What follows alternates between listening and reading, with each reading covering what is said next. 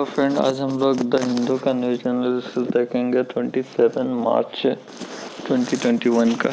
ठीक है, तो चलिए स्टार्ट करते हैं। तो इसमें क्या क्या आर्टिकल्स है।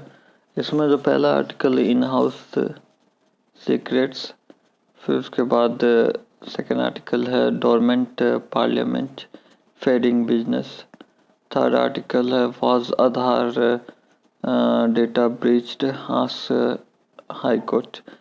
फोर्थ आर्टिकल है India US agree to resolve key bilateral trade issues. Fifth article है India Bangladesh must fight terror together PM. Sixth article है Gujarat may bring love jihad bill. Seventh article है डेडली ट्रायल।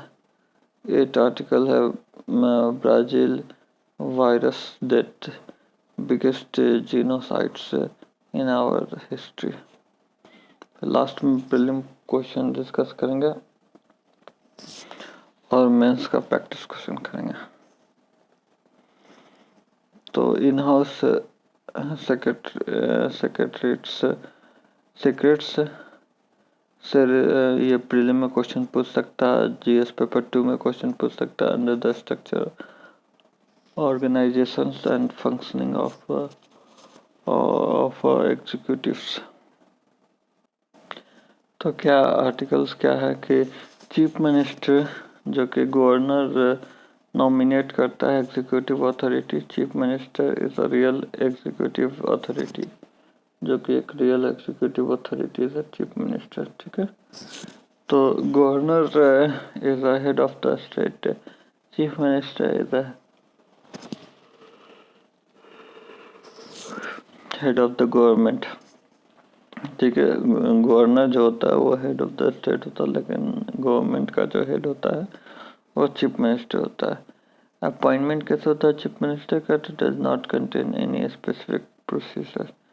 कॉन्स्टिट्यूशन में कोई procedure नहीं लिखा। Article 164 only says the chief minister shall be appointed by the governor. Procedure नहीं लिखा हुआ, बस ये लिखा हुआ कि चीफ मिनिस्टर अपॉइंट करेगा बाय द गवर्नर, गवर्नर के द्वारा अपॉइंट किया जाएगा। Convention of the parliamentary system से क्या कन्वेंशन है कि governor has to appoint a leader of the majority parties in the state legislative assembly. In such a situation, अब नो पार्टी क्लियर मेजोरिटी, किसी को पार्टी को क्लियर नहीं majority मिलेगा तो गवर्नर में exercise his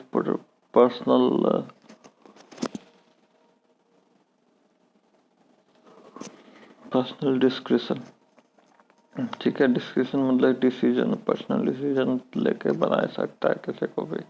in such a situation governor usually appoint the leader of largest party और coalitions seek vote of confidence within a month. और बोला जाता है कि विद इन अ मंथ में कॉन्फिडेंस ले आना है, मतलब मेजोरिटी ले आना है। The chief minister is in office dies, अगर ऑफिस में डाइज कर जाएगा तो governor may have to exercise his individual judgment. तो वो इंडिविजुअल जजमेंट देगा, जिसमें रूलिंग कर देगा कि party usually elects a new leaders. The constitution does not required person must prove his majority. मतलब कि कॉन्स्टिट्यूशन में ये नहीं बोला गया है कि पर्सन मेजोरिटी प्रूफ करे।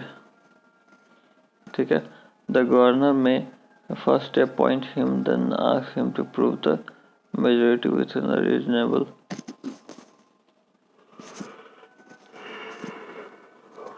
period. A person who is not a member can be appointed as a chief minister for 6 months। जो member नहीं भी है ये स्टेट असेंबली का, ठीक है, तो भी वो मतलब कि चुना जा सकता है चीफ मिनिस्टर के लिए, लेकिन 6 मंथ में उसको कहीं ना कोई से सदस्य बनना ही पड़ेगा। चीफ मिनिस्टर में be a member of any of the 2 house state legislature दोनों में से किसी एक का भी चीफ मिनिस्टर मेंबर हो सकता है। टेन्योर क्या है कि theoretically chief minister holds the office during pleasure of governor. Chief ministers remain in office so long as he continue to be the leader of majority. Governor can dismiss him, issues him majority support. The state legislative assemblies can also remove him by passing the vote of no confidence against him. ठीक है, power क्या क्या होता है, तो ये head of the council of the minister, chief minister के बारे में बुलाया जा रहा है, जो कि हेड होता है काउंसिल ऑफ मिनिस्टर का। Aid and advise the governor, governor को एड एंड एडवाइस देता है। Communicate to the governor all the decision of the council of the minister. Leader of the house, leader of the house होता है, ठीक है।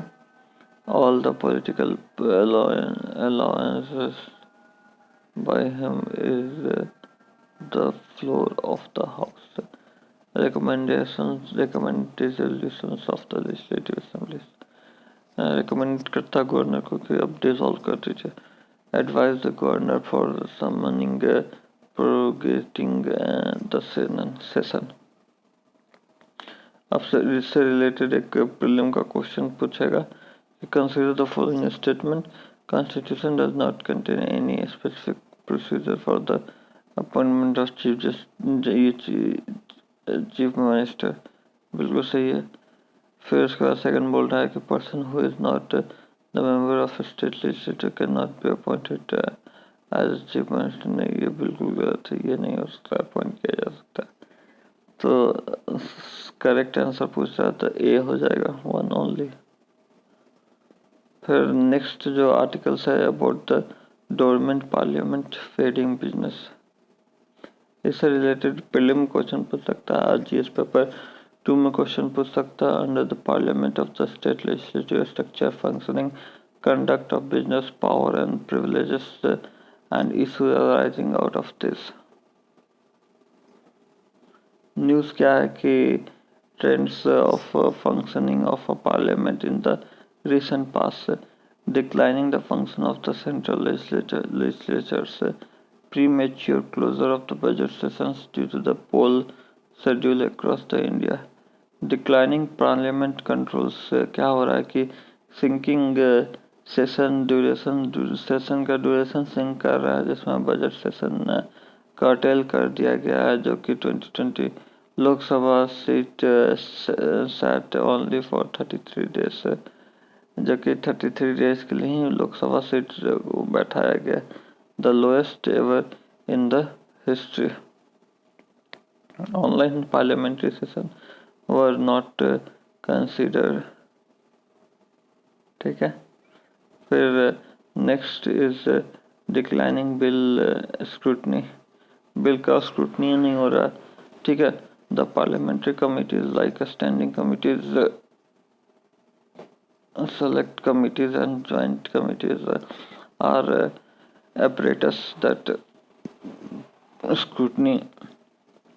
scrutinize the bill, recites any hasty decisions of the executive, reinforce the function of the parliament. Budgetary sessions of this year 13 bill were introduced and none of them were referred to the committees.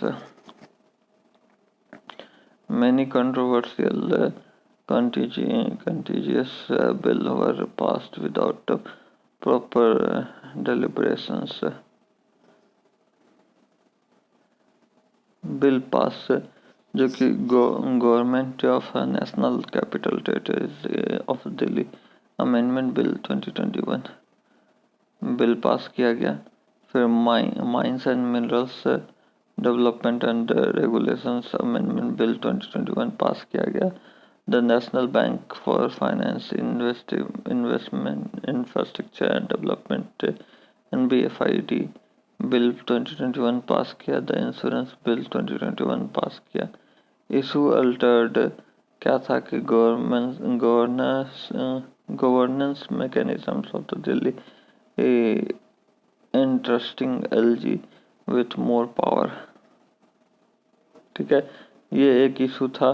फिर remove and use restrictions on the mines and ease the condition for captive mines। ये भी easy था। ये भी issue था एक, to create a new government infrastructure finance institution and permit private one in this sectors। ये भी issue था। फिर increase the limit of the foreign direct investment in insurance, ये एक इशू था। ठीक है, फिर उसके बाद क्या बोल रहा है कि classification of the bill as a money bill. Decision of money bill जो कि स्पीकर के पास होता है और मिसयूज करता है गवर्नमेंट टू जिसके द्वारा राज्यसभा में इस पर डिस्कशन नहीं होता, सारा बिल मनी बिल की तरह पास करवा देता है। जैसे कि आधार एक्ट जो कि मनी बिल की तरह उसको पास करवा दिया गया। ठीक है, लैक ऑफ बजट स्क्रूटनी नहीं हो रहा, has been pass without much in the last 15 years, during which period 70% to 100% of the budget has been passed without discussion. No deputy speakers elected in the current Lok Sabha। Articles 93 provide for the election of the deputy speaker। जो article 93 है वो बोलता है deputy speaker होना चाहिए एक। Deputy speaker in the absence of the speaker take over.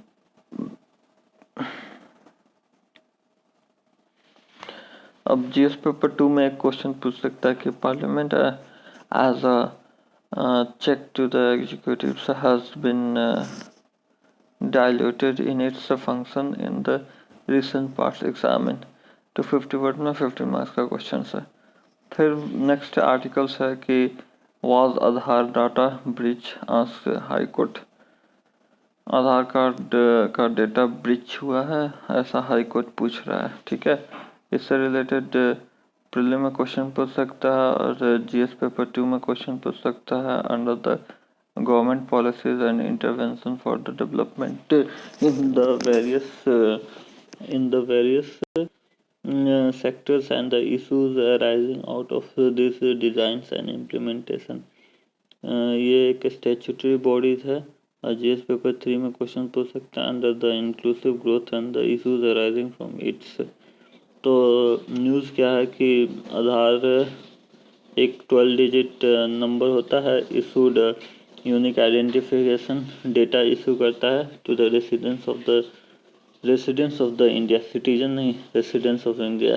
Aadhaar card कोई proof नहीं होता है सिटीजनशिप का। ठीक है, ये एक unique identification authorities of the India है। स्टैच्यूटरी अथॉरिटी आधार कार्ड वाला स्टैच्यूटरी अथॉरिटीज है establish under the provision of the Aadhaar delivery and finance and other subsidies के लिए यूज किया जाता है। ठीक है, फिर उसके बाद अंडर द मिनिस्ट्री किसके अंडर में रहता है, तो under the ministry of electronic and information technology. इसमें क्या बोल रहा है कि any individual respect of the age and the gender who is a residence of the India में voluntaries enrolls to obtain the Aadhaar numbers by providing minimal demographic and biometric information during the enrollment process। enroll for the Aadhaar only once। एक बार enrol कर देगा काम हो गया। ठीक है, एक ही बार कर सकते हैं enrolment. a unique numbers which cannot be duplicated as no two person will have the same biometric। enrolling process क्या है, फ्री ऑफ कॉस्ट है। बेनिफिट क्या है कि यूनिक एंड रोबस्ट है, eliminate duplicates and fake identities, can be used as a base to roll out several government welfare schemes and programs, ensure effective service deliveries, promote transparencies and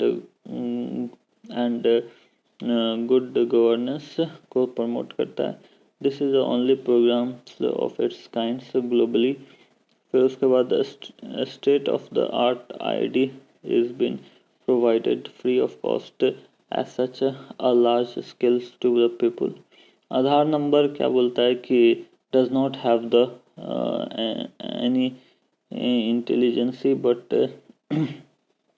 just a proof of identity, does not profile or describe people based on the caste, religion, income, health and geography, does not confirm any rights of citizenship or domicile. citizenship और domicile का कोई rights नहीं proof करता आधार card.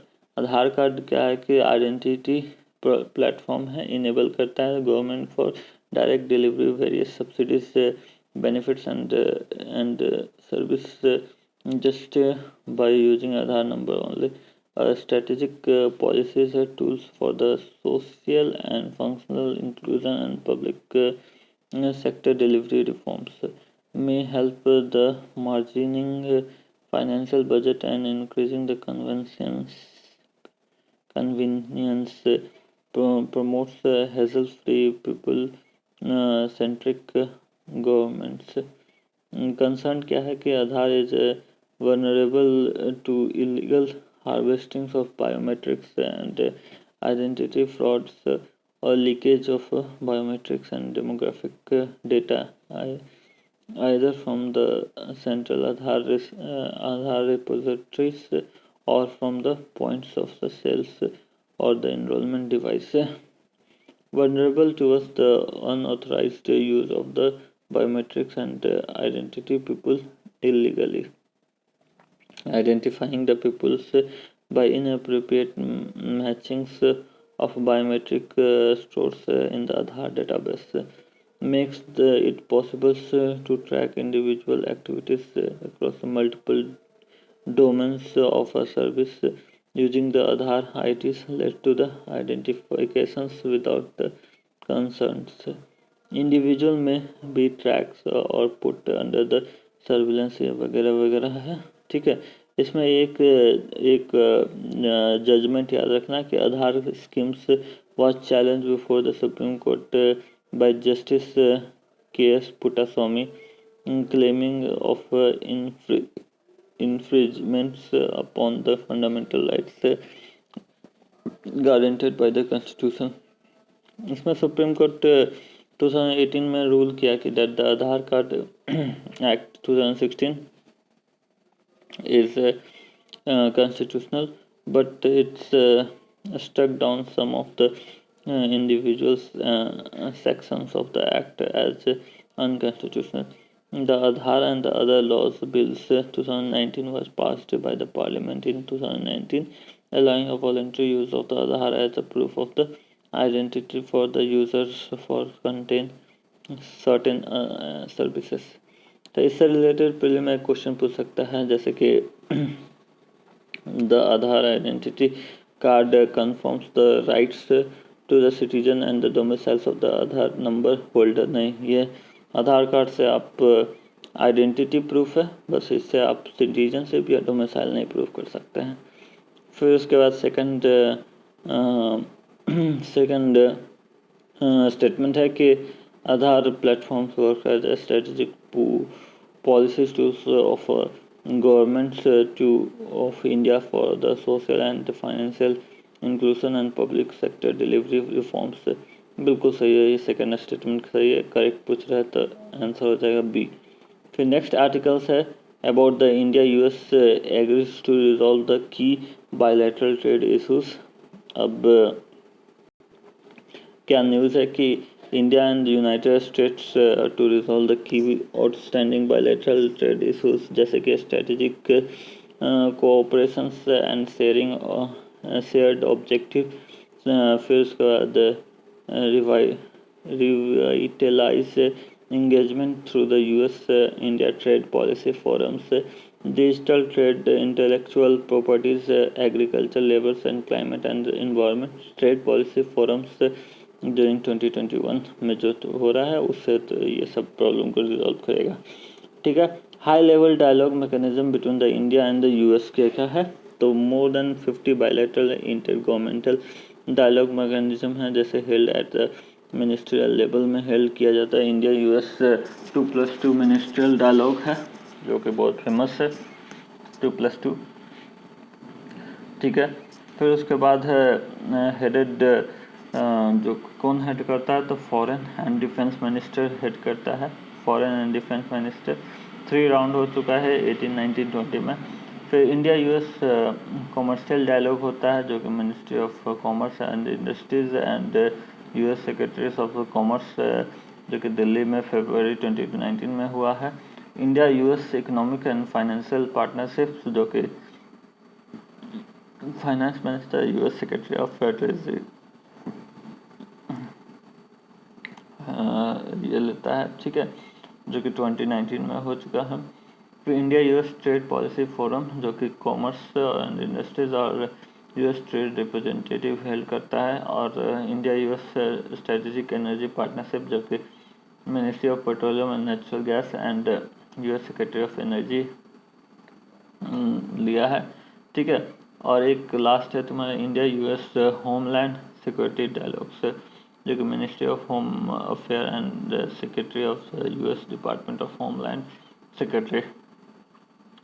अब इससे related GS paper 2 में question पूछ सकता है कि what do you understand by the high level dialogues mechanism between the two countries, explain the relevant such mechanisms and suitable with a suitable example. फिर next articles है कि India Bangladesh must fight terror together PM. ठीक है। अब इससे related prelim question पूछ सकता है और जीएस पेपर 2 में क्वेश्चन पूछ सकता है under the international relations India and it's neighbours relations bilateral grouping and the agreements involving the India and the affecting the Indian interest, effects of the policies and politics of developing countries of India interest and diaspora। ठीक है। तो Bangladesh liberation वार जो कि 1971 में fight हुआ है। ठीक है। इंडिपेंडेंस ऑफ द बांग्लादेश, जिसके बाद बांग्लादेश इंडिपेंडेंट हो गया। ठीक है। उसके बाद बांग्लादेश इंडिपेंडेंट हो गया 1971 में। ठीक है।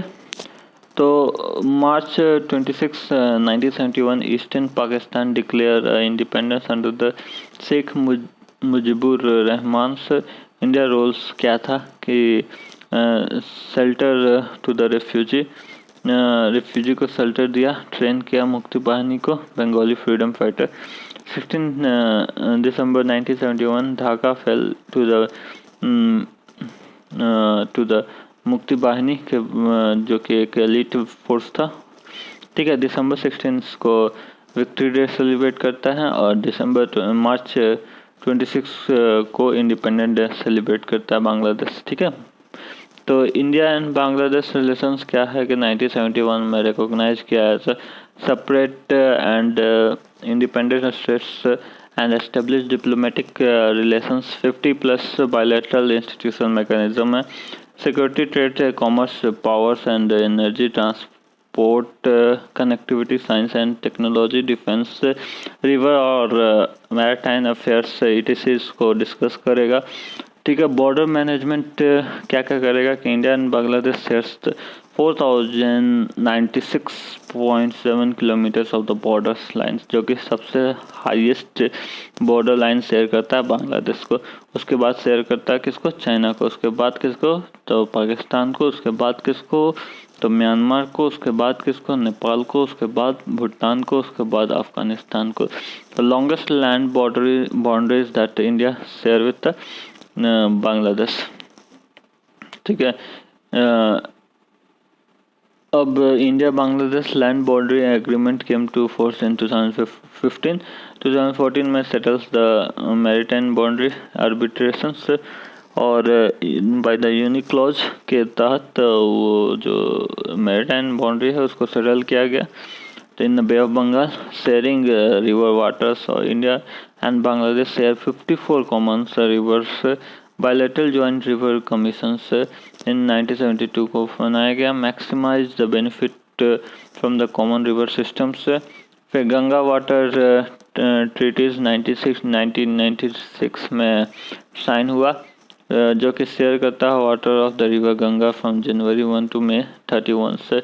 इकोनॉमिक रिलेशन क्या है कि Bangladesh in India biggest trade partners in south Asia से.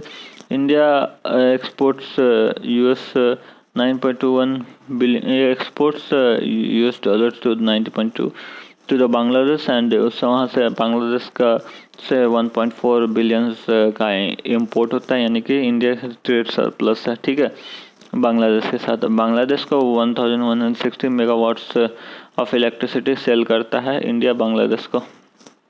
Biggest development partners of India today, और 3 लाइन ऑफ क्रेडिट दिया हुआ है इंडिया.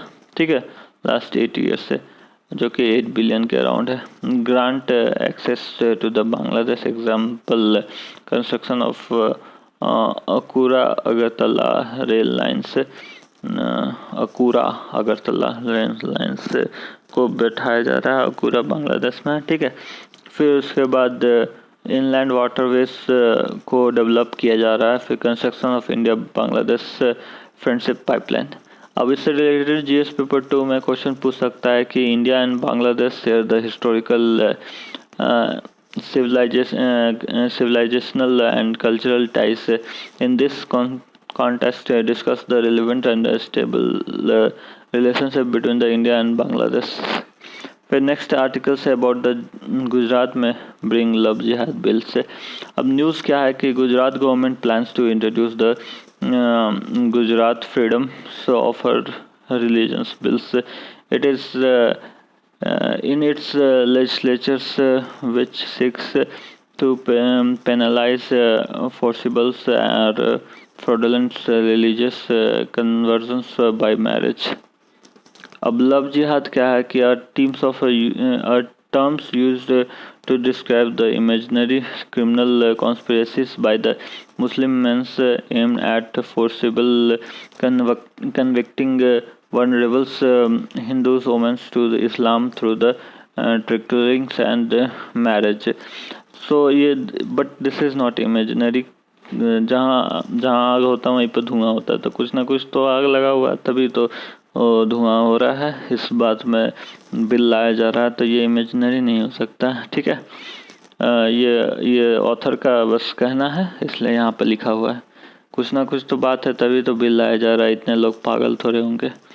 ठीक है, फिर not defines under any laws got national attention due to the claim of the dispersed conversion across the countries, but no elements of the love jihads could be found by the investigation. उसको तो ये किया जा सकता है, forge किया जा सकता है. फिर Gujarat freedoms of religions amendment bill 2021 के तहत सीख करता है कि amending the Gujarat freedoms of religions act 2003 which deals with the religious conversion through allurements, force or by representation or by any other fraudulent means. Structures of objects क्या है कि statement of the object क्या है कि the bill seeks to the curb the emerging trends in which the women are lured to marriage for the purpose of the religious conversion. ठीक है, यही सब है कि इसमें 4 to 7 years ऑफ जेल हो जाएगा. अगर प्रूफ हुआ तो 3 लाख का जुर्माना भी लग सकता है, वगैरह वगैरह. ठीक है, तो इससे रिलेटेड क्वेश्चन पूछ सकता है कि consider the following statement with reference of the special marriage act 1954. It allow us solemnizations of the marriage without going through the religious customs or rituals, बिल्कुल सही है। फिर according to the act both bride and grooms must minimum 21 years, नहीं ये bride का 18 years और groom का 21 years old होना चाहिए, ठीक है। तो इसमें करेक्ट आंसर पूछ रहा है तो ओनली ए हो जाएगा, ठीक है। फिर उसके बाद नेक्स्ट आर्टिकल्स है डेडली ट्रायल्स। इससे रिलेटेड प्रीलिम में क्वेश्चन पूछ सकता है, जीएस पेपर 3 में क्वेश्चन पूछ सकता है under the disaster and disaster management, disaster and disaster management, ठीक है। अब क्या हुआ कि फायर हो गया कहाँ पर, तो मुंबई में, ठीक है, जो कि ह्यूमन एक्टिविटीज से natural cause. Most common fire residential and non residential structure fire human error के कारण होता है, फॉल्टी डिजाइन के कारण होता है, मैसनरी फेलर के कारण होता है, high risk high rise building में lack of inadequate inbuilt fire protection system होता है जिसके कारण होता है, ठीक है। Violate safety norms and standardisation rules like such false roof, poor storage system के कारण भी होता है जो कि स्प्रेड करता फायर, फॉल सीलिंग के कारण जो कि रूफ वाला होता है उसके कारण भी होता है, स्प्रिंकलर सिस्टम के कारण भी होता है, lack of resources preparedness, poor fire service. Fire safety क्या क्या प्रिवेंट कर सकता है, रिस्पॉन्स करता है, मिटिगेशन करता है, रिकवरी करता है, need for the skill upgrade and modernisation, ठीक है। अभी हाल फिलहाल में हॉस्पिटल में जो फायर हुआ था जिसके कारण से ये न्यूज में है, ठीक है। इससे रिलेटेड मेंस में जीएस पेपर 3 में क्वेश्चन पूछ सकता है कि there has been numerous fire accidents this year causing the significant loss of the life and the properties. In this context discuss the norms and the fire safety measures prescribed by the government. Next article say about the Brazil virus death, the biggest genocides in our history.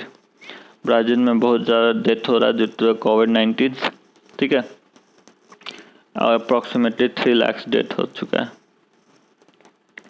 अब Brazil कहाँ है, तो south America country है, ठीक है, Brasilia इसका capital है। फिर उसके बाद 5th लार्जेस्ट कंट्री है ब्राज़ील। पहला है कौन, रसिया, दूसरा है कौन, कनाडा, तीसरा कौन, चाइना, चौथा कौन, अमेरिका, पांचवा है ब्राज़ील, छठा है ऑस्ट्रेलिया, सातवां है इंडिया, ठीक है।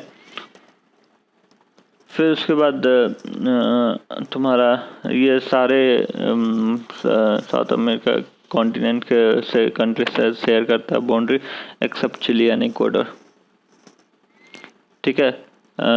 लैंड बाउंड्री जो कि है उरुग्वे से टू द साउथ, ये सब है, देख लीजिएगा। Argentina and Paraguay, Bolivia to the south west, Peru to the west, ठीक है, Colombia to the north west, Venezuela, Guyana, Suriname and French Guyana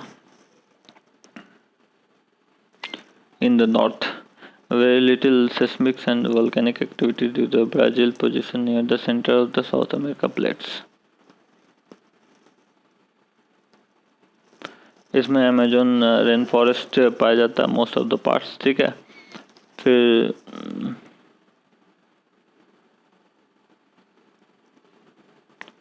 ये सब देख लीजिएगा, ठीक है। फिर उसके बाद ब्राज़ील में पैम्पास पाया जाता है, ग्रासलैंड, और पैम्पास कैंपोस, ठीक है। और Brazil has a home of a grassland, pampas and campos. इसमें रेनी सीजन समर में होता है, ठीक है। अब इससे रिलेटेड एक क्वेश्चन पूछ सकता है कि which of the following country does not boundary with Brazil, तो चिली एंड इक्वाडोर 1 और 6 हो जाएगा, ये ऑप्शन हो जाएगा। अब प्रैक्टिस क्वेश्चन पर आ गए हैं, चलो पहला क्वेश्चन देखते हैं कि Constitution does not contain any specific procedure for the appointment of the chief ministers, बिल्कुल सही है। फिर उसके बाद बोल रहा है कि person who is not a member of the state legislature can not B appointment, बिल्कुल गलत, अपॉइंट किया जा सकता है, यानी कि ए ऑप्शन हो जाएगा। ठीक है, फिर बोल रहा है कि वही मैरिज स्पेशल एक्ट 1954 में, जो कि लड़की लोग का एज 18 ईयर्स किया है और लड़का लोग का 21 ईयर्स से, और it's allow the solemnisation of the marriage without going through any religious custom और रिचुअल, बिल्कुल सही है। तो इसका ए ऑप्शन हो जाएगा। देख लेते हैं आंसर, हाँ आंसर ए हो जाएगा। ठीक है, ये एक्ट है। ठीक है, फिर नेक्स्ट क्वेश्चन है कि consider the following statement with reference to the Aadhaar. Aadhaar एक आइडेंटिटी कार्ड है, ठीक है, जो कि राइट्स ऑफ द सिटीजन से डोमिसाइल नहीं प्रूफ किया जा सकता, ये गलत है। ठीक है, और तुम्हारा Aadhaar card strategic government tools of India for the social and financial inclusion public sector delivery reforms, बिल्कुल सही है, बी ऑप्शन हो जाएगा। फिर वही इक्वाडोर और चिली नहीं शेयर करता, ये ऑप्शन हो जाएगा। ठीक है, अब मेंस में 3 क्वेश्चन है। पहला है कि इंडिया एंड बांग्लादेश से the historical civilisation and cultural ties in this context discuss the relevance of the stable relationship between India and Bangladesh से। फिर जीएस पेपर 2 में क्वेश्चन पूछ सकता है कि पार्लियामेंट से as a check to the executive has been diluted in the function of a recent past examine। फिर एक और जीएस पेपर 3 में क्वेश्चन पूछ सकता है कि there has been the numerous fire accidents this year causing a significant loss of the life and the property. In this context, discuss the norms and the fire safety measure described by the government. Please like, subscribe and share the video. Thank you. Bye.